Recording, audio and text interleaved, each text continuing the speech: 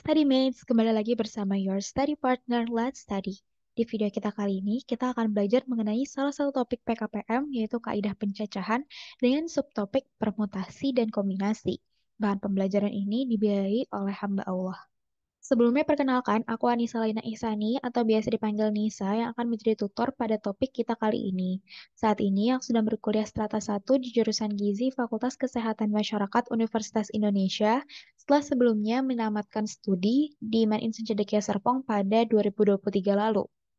Beberapa achievement atau prestasi yang pernah aku dapatkan adalah sebagai berikut, yaitu meraih medali perunggu di kompetisi matematika nalaria realistik pada tahun 2019, meraih medali perak di Southeast Asian Mathematical Olympiad pada tahun 2017, meraih juara 3 cerdas cermat umum Sonic Linguistic 2019, meraih medali perunggu di International Mathematics Contest Singapura pada tahun 2015. Tahun lalu, aku mengikuti ujian tulis berbasis komputer dalam rangka seleksi nasional berdasarkan tes atau UTBK SNBT, dan alhamdulillah mendapatkan jurusan impianku dengan tes ini dan meraih skor rata-rata 783,7. Dengan pengalaman aku mengikuti SNBT di tahun sebelumnya, aku ingin membantu teman-teman study mates, para pejuang SNBT tahun ini dan tahun-tahun berikutnya untuk mendapatkan bahan pembelajaran yang baik dan terpercaya. Kita masuk ke materinya. Sebelum kita belajar mengenai permutasi dan kombinasi, kita harus paham dulu mengenai notasi faktorial. Apa sih notasi faktorial itu?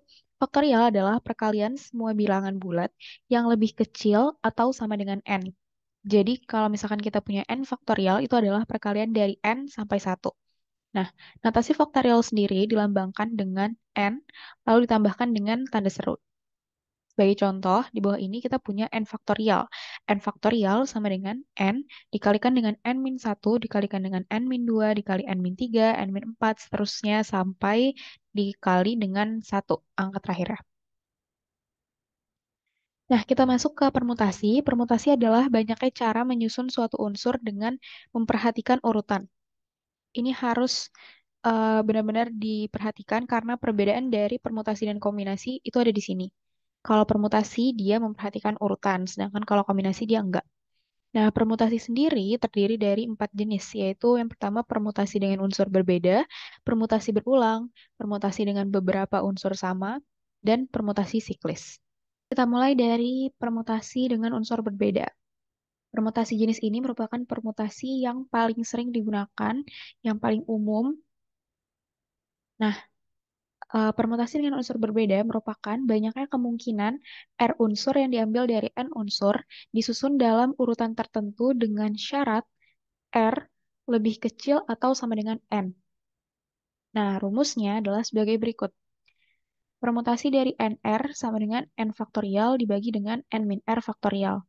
Notasi permutasi yang di depan ini bisa ditulis dengan 3 cara, yaitu N kecil, P kapital, R kecil, atau P dalam kurung N, R, atau P kapital, N, R kecil dengan satu baris yang sama. Nah, yang kedua, jenis yang kedua adalah permutasi berulang. Permutasi berulang adalah permutasi dengan unsur berbeda, namun unsur berbedanya boleh digunakan secara berulang. Maksud berulang di sini yaitu adalah seperti ini. Misalkan kita punya unsur A dan B. Kita boleh menggunakannya kalau berulang, berarti kita boleh menggunakannya dengan cara AA dan BB. Kalau tidak boleh berulang, berarti kita hanya bisa AB dan BA. Seperti itu. Nah, cara mencari banyaknya permutasi berulang R unsur yang diambil dari N unsur adalah sebagai berikut. Permutasi berulang N, R sama dengan N dipangkatkan dengan R. Kita langsung lihat dari contoh soal. Oke, di sini tentukan banyaknya bilangan 3 angka yang dapat dibentuk dari angka-angka 1, 3, 5, dan 7. Jika penggunaan angka A tidak berulang dan B boleh berulang. Nah, yang pertama kita identifikasi apakah benar ini permutasi. Kita lihat dari si bilangan 3 angkanya. Bilangan 3 angka itu adalah ratusan, kan? Berarti kalau kita menggunakan filling slot itu dia ada 3 slot. Misalkan Kita ambil satu, 3, dan 5. Satu, 3, dan 5. Lalu kita ubah urutannya jadi 3, 5, dan satu. Apakah kedua ini merupakan bilangan yang sama atau bilangan berbeda? Kedua ini merupakan bilangan yang berbeda. Oleh karena itu, urutan di sini sangat menentukan. Makanya kenapa kita menggunakan permutasi. Kita coba jawab. Karena di A tidak berulang, berarti kita pakai rumus permutasi dengan unsur berbeda. Kita cari N dan R-nya. N-nya adalah angka-angka yang bisa digunakan, yaitu satu, 3, 5, dan 7. Ada 4 angka. Berarti N-nya 4. R-nya sendiri kita mau membuat bilangan 3 angka. Berarti kita ngambil 3 dari 4 angka yang bisa digunakan. Berarti 3. Nah, kita masukkan ke rumusnya P 4,3 sama dengan tadi N faktorial dibagi dengan N min R faktorial. Masukkan angkanya. Jadi 4 kali 3 kali 2 kali 1. 1. Berarti sama dengan 24 bilangan.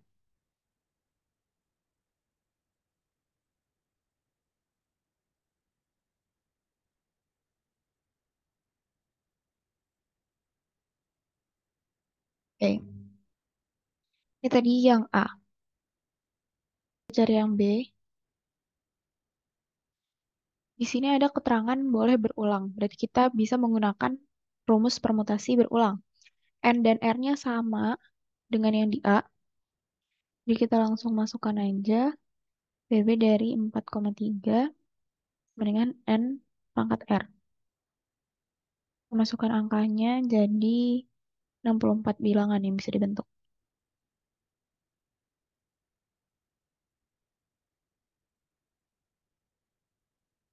Oke,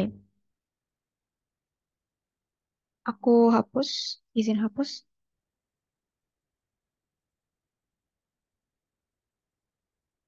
Kita masuk ke jenis permutasi yang ketiga, yaitu permutasi dengan beberapa unsur sama. Nah, kalau tadi unsurnya semuanya berbeda, kalau di sini ada beberapa unsur yang sama. Cara mencari banyaknya permutasi dari n unsur, di mana terdapat n1 unsur yang sama, n2 unsur yang lain juga sama, dan seterusnya sampai nk, n yang terakhir dengan unsur yang sama, yaitu rumusnya adalah sebagai berikut. Permutasi dengan beberapa unsur sama dengan n faktorial, banyaknya unsur, dibagi dengan n1 faktorial, n2 faktorial, sampai nk faktorial, dikalikan. Nah, kita lihat langsung dari contoh soalnya. Di contoh soalnya, kita disuruh mencari banyaknya cara untuk menyusun huruf dari kata matematika.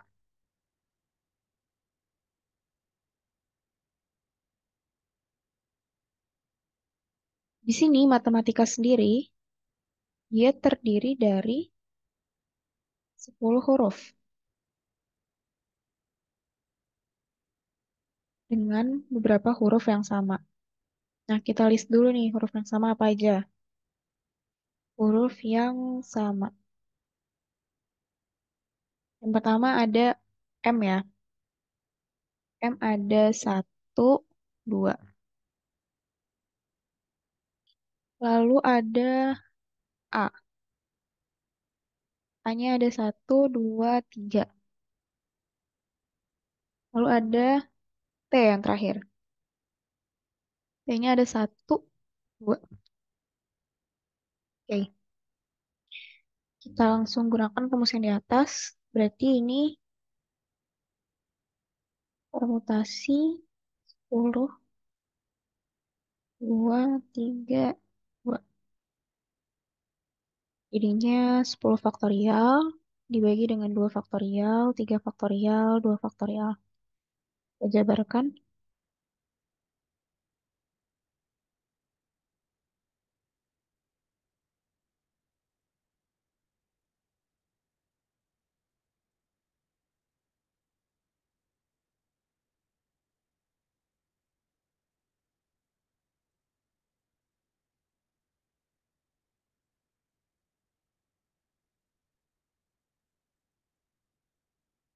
Ya, ini dari 10 kali 9 kali 8 kali 7 kali 6 kali 5 menghasilkan 151.200.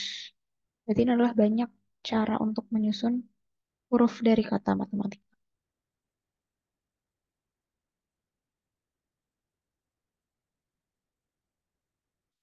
Ya, aku izin hapus.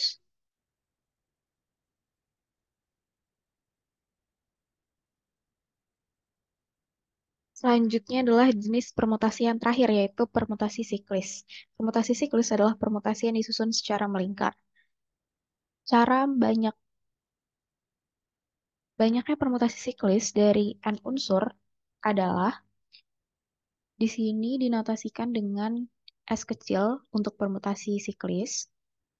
Jadi rumusnya adalah permutasi siklis dari n unsur sama dengan n-1 faktorial. Lihat dari contoh soal, di sini kita punya tiga pasang suami istri. Berpegangan tangan membentuk lingkaran. Karena disebutkan dalam soal dia membentuk lingkaran, ini sudah secara langsung mengidentifikasikan untuk permutasi siklis. Yang ditanya adalah banyaknya posisi berbeda yang dapat dibentuk. Kita langsung kerjakan saja. Di sini kita punya N-nya itu adalah tiga pasang suami istri. Tiga pasang. Tiga pasang berarti satu pasang kan ada dua orang gitu ya. Jadi ini sama dengan 3 dikali 2 dengan 6 orang.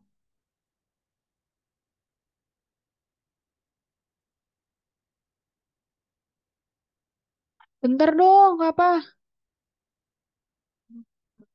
Tuh di pos itu kayaknya jatuh deh kemarin.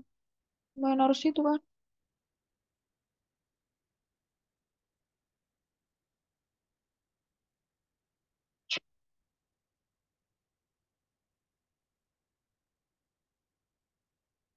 Nah, kita langsung masukkan ke rumusnya. Ini permutasi siklis dari 6 sama dengan n-1 faktorial. Berarti 6 kurang 1 faktorial dengan 5 faktorial. Kita jabarkan jadi 5 dikali 4 kali 3 kali 2 kali 1 dengan 120. Jadi ada 120 posisi.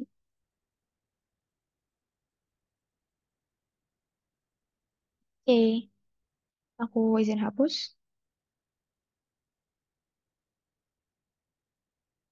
Setelah selesai dari permutasi, kita masuk ke kombinasi. Kombinasi adalah banyaknya cara menyusun suatu unsur dengan tidak memperhatikan urutan. Berkebalikan dengan permutasi ya.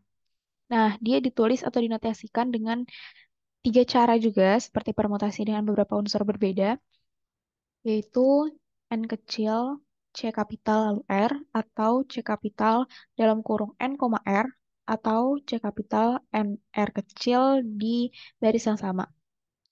Nah, rumusnya, banyak kombinasi R unsur dari N unsur adalah kombinasi N dari N, R sama dengan N faktorial dibagi dengan N min R faktorial dikalikan dengan R faktorial. Dengan ada syarat nih, N dan R merupakan bilangan asli dan R lebih kecil sama dengan N.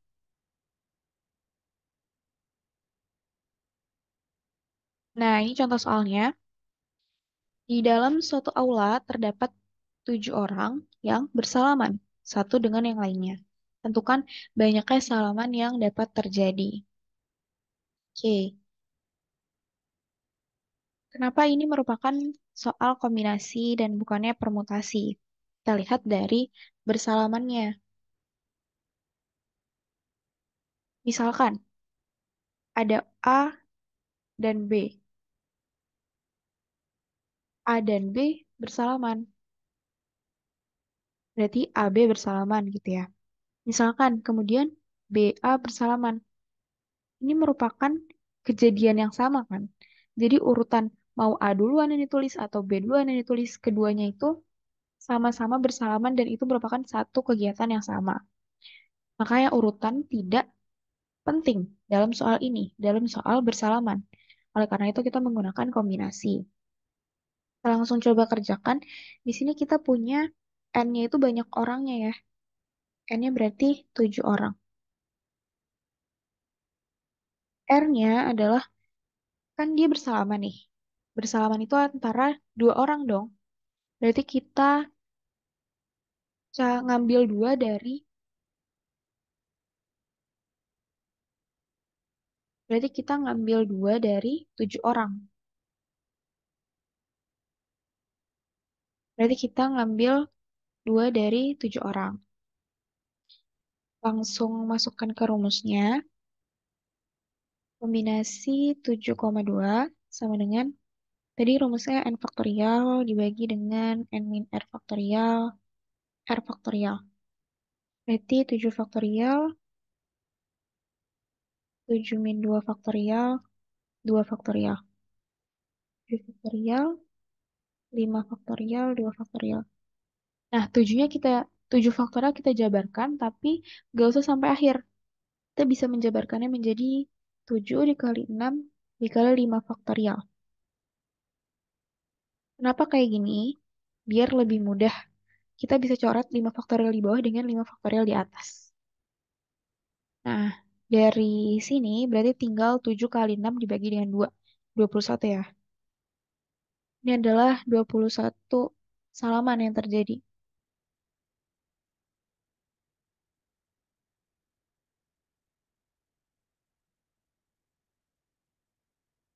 Oke, selesai untuk pembahasan materi di video ini.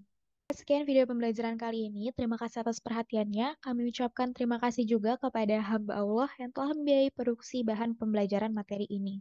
StudyMates bisa mempelajari kembali materi pembelajaran berupa e-book, PPT, dan latihan soal yang dapat diakses pada tautan yang ada di description box. Video bahan pembelajaran ini juga terdapat dalam playlist di YouTube Let's Study. StudyMates juga bisa loh mendukung Let's Study dengan berdonasi nominal berapapun yang nantinya akan digunakan untuk mengembangkan platform Let's Study. Selain donasi dalam bentuk uang, StudyMates juga bisa membantu kami untuk membagikan platform Let's Study kepada teman ataupun masyarakat di sekitar Anda, serta jangan lupa ya untuk memfollow akun sosial media Let's Study. Semangat StudyMates!